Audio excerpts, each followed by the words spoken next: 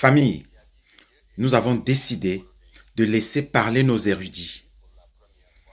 Cheikh Anta Diop nous l'avait déjà dit. Parce qu'il y a encore des frères diopistes qui pensent qu'il est resté musulman malgré avoir fait toutes ces découvertes. C'est le premier Africain, quasiment, à avoir découvert que le Dieu unique est un concept africain. Le premier prophète qui a dit que Dieu est un inventeur du monothéisme, qui a dit pour la première fois qu'on ne doit pas le représenter par une image. Il était avant Moïse. La Bible n'existait pas encore. À cette époque-là, la pensée religieuse encore, vous voyez, est partie de l'Afrique. C'est l'Afrique qui a initié la religion monothéiste. Moïse, je suis désolé de te faire de la peine si tu es juif, mais Moïse est un personnage composite qui n'a jamais existé. C'est la fusion mystique de Pharaon de la 18e dynastie.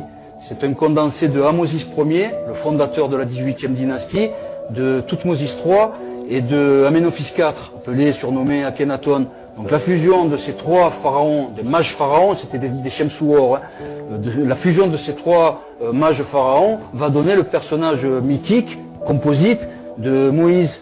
Mais là, si tu me reposes la question en disant quel est le lien entre ces mages pharaons et le Hak, parce que là on parle du Hak, l'émanation de la substance divine, là si tu veux je t'explique.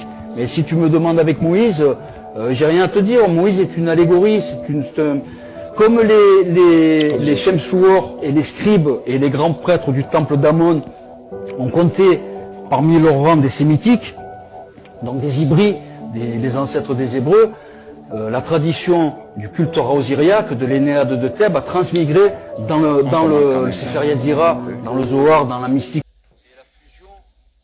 Moïse, nous avons déjà fait des publications là-dessus, mais ici, nous avons un égyptologue qui nous donne ces informations une fois de plus pour dire que Moïse c'est juste un condensé de quelques pharaons les plus importants, n'est-ce pas, de la période négro-africaine de l'Égypte antique.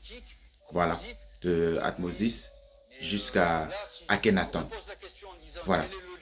Quand vous aurez compris tout cela et que vous avez besoin d'autres documentations pour nourrir votre intellect, à ce moment, vous allez découvrir beaucoup d'autres choses. Mais même ces courtes vidéos, je préfère vous les présenter pour ceux qui auraient encore des doutes, que vous compreniez que, en fait, l'intention n'est pas de créer le doute en vous, c'est juste de vous servir la vérité.